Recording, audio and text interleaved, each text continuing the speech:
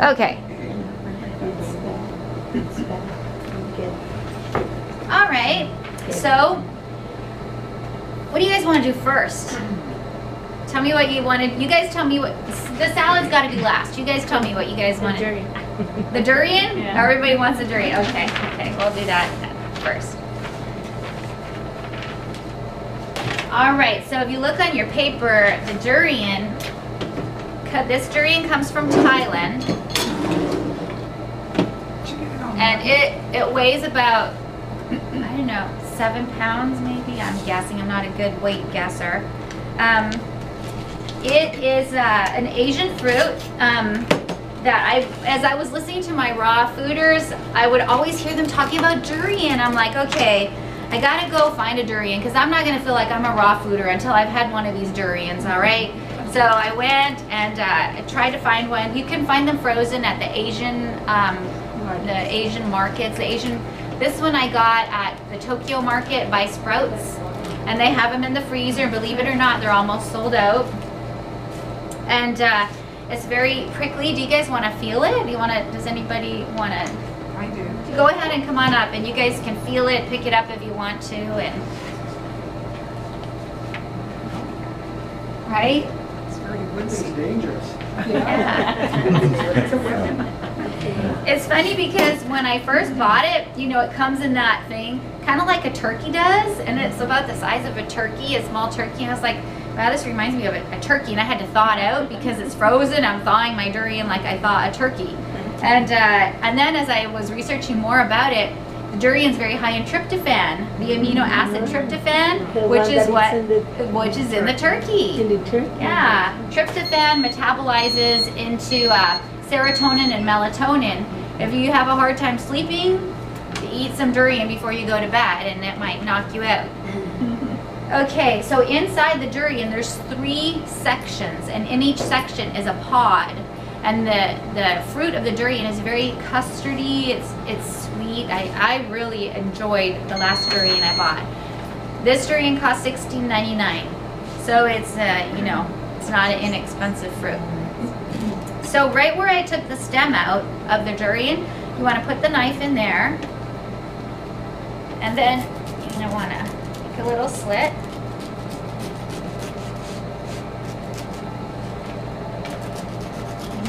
Oh, I can smell it. It has a sulfur smell. And durian has a sulfur in it that's really good for your body, a certain type of sulfur. See, guys? Okay, so there is one section right there. See that? Now inside of here, and my hands are clean, okay, you guys, I'm going to be touching your food that you're going to eat. My hands are clean. Inside of here are some big seeds, and the seeds are edible.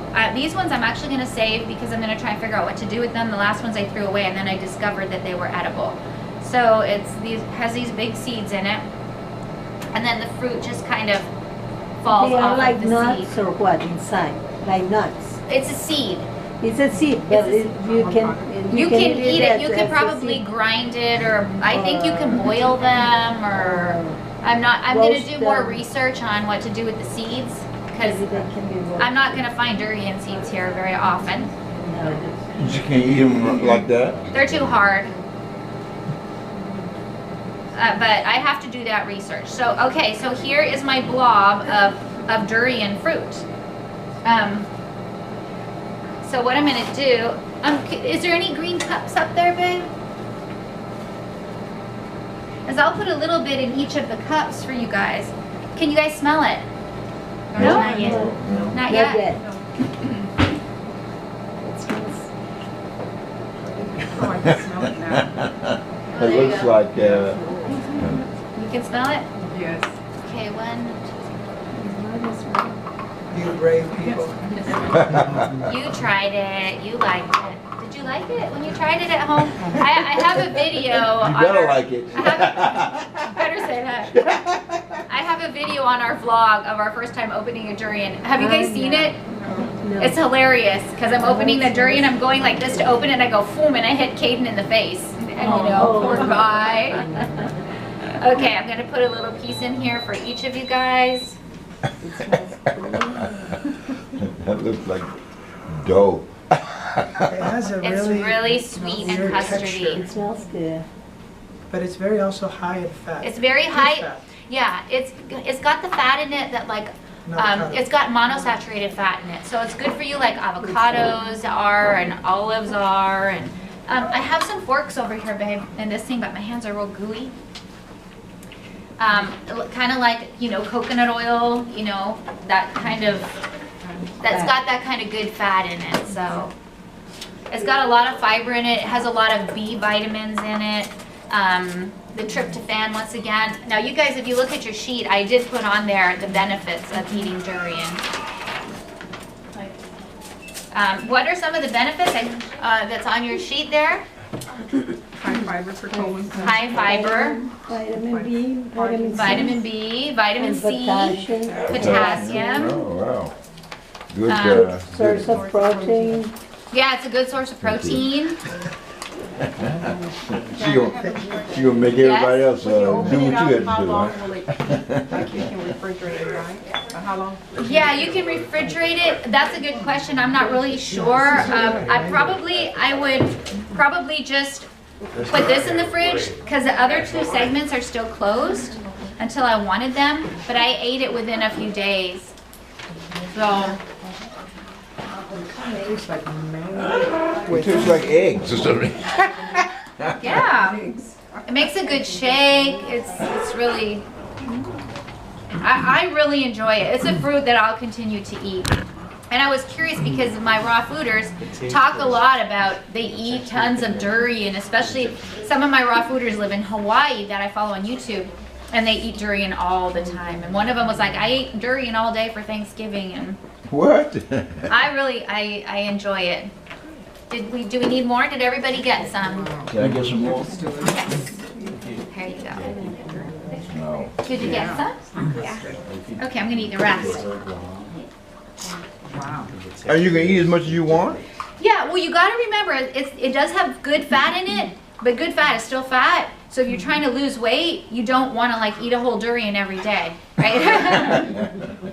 you gotta consider it to be part of your fat intake. So like the raw food plan that I'm trying to follow is called 80-10-10. 80% raw fruits and vegetables, 10% protein, and 10% fat.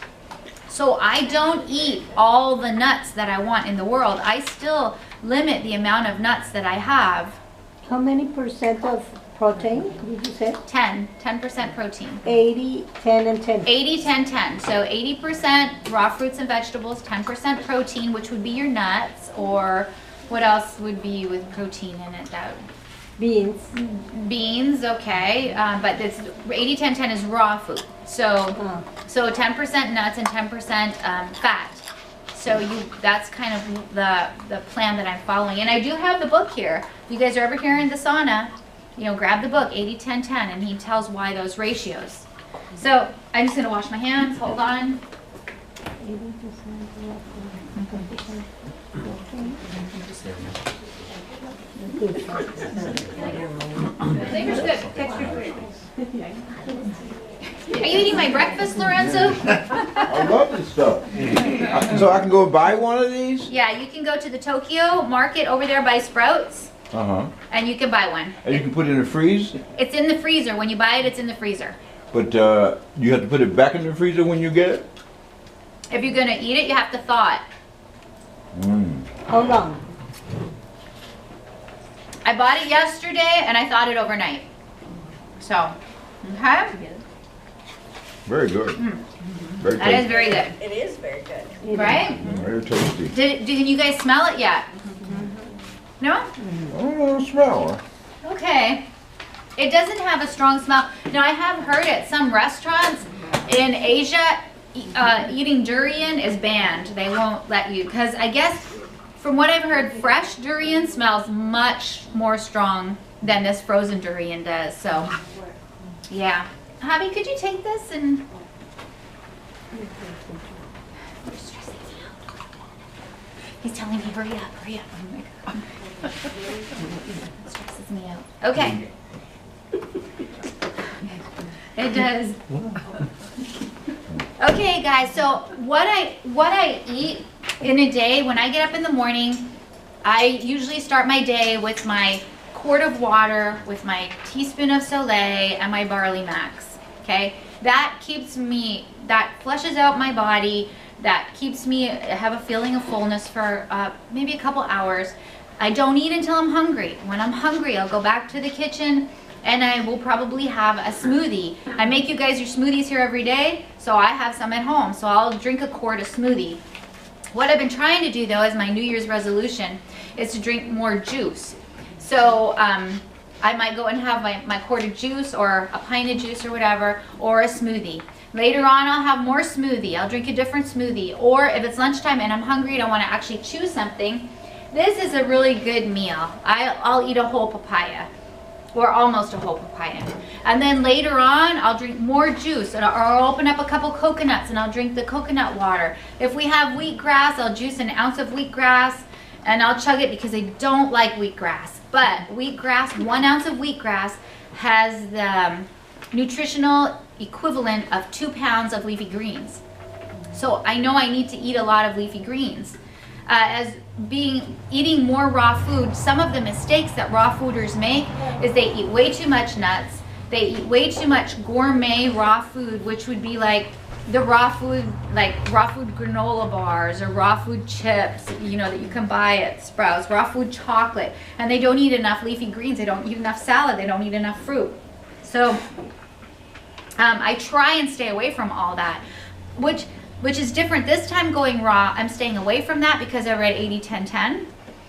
But before, the other times that I did raw, like remember I told you I did it for 2 months and I couldn't wait for it to be over. I like wanted to, well, I ate a lot of raw gourmet food. And so when you're eating that, your body still craves that kind of food, and you're eating way too much fat. And when you're eating way too much fat, your body can't transition really into a more raw diet. I can tell you guys something that this might help reassure you guys, is since I've started eating fully raw, I don't crave sweets at all. I don't crave chocolate. I don't crave ice cream. I don't crave candies, nothing at all. And it's because I'm eating so much fruit that part of my appetite is completely satisfied. So when you need to eat a lot of fruit when you're eating fully raw. The foods that I would crave is the savory food, like, you know, I want to eat savory food. And then so I'll have another smoothie in the afternoon, and then in the nighttime I might have a salad, or I might have a big bowl of fruit, you know, something like that. And that's what I eat all day long. So it's important to have a lot of fruit, a lot of produce around you all the time. So this is one of the meals that I eat, and you guys probably, have you guys ever made papaya with lemon and salt and cayenne pepper on it? Okay, so this to us is normal, but to people up north is totally foreign. So I cut the papaya in half. I'm just gonna scrape out the seeds with my hands. And then what we do, if you've seen, we sell the papaya seed capsules. We save the papaya seeds, we rinse them off, we dehydrate them for 2 days, we grind the papaya seeds, and then we put them in capsules. And papaya seed is a very good proteolytic enzyme, which means it helps digest protein. So any protein that's left over inside of you, it helps to get rid of it, living and non-living. So it helps get rid of parasites too. So You grind those, you say? yeah, you can eat them, you can put them in your smoothies. They're just really peppery. And so we don't put them in the smoothies because it gives it a hot, peppery taste. What we're gonna do in the studio actually is we're gonna make some papaya seed pepper. If you guys wanna buy some of that, we're gonna mix it like half pepper and half papaya seed, ground papaya seed, and you can sprinkle it on your food. And then what that'll do is it'll actually help you digest your food. So that sounds like fun. I got that idea the other day. Pepper, half pepper. Half black pepper and half, you could just use full papaya seed, ground papaya seed. It has a peppery flavor.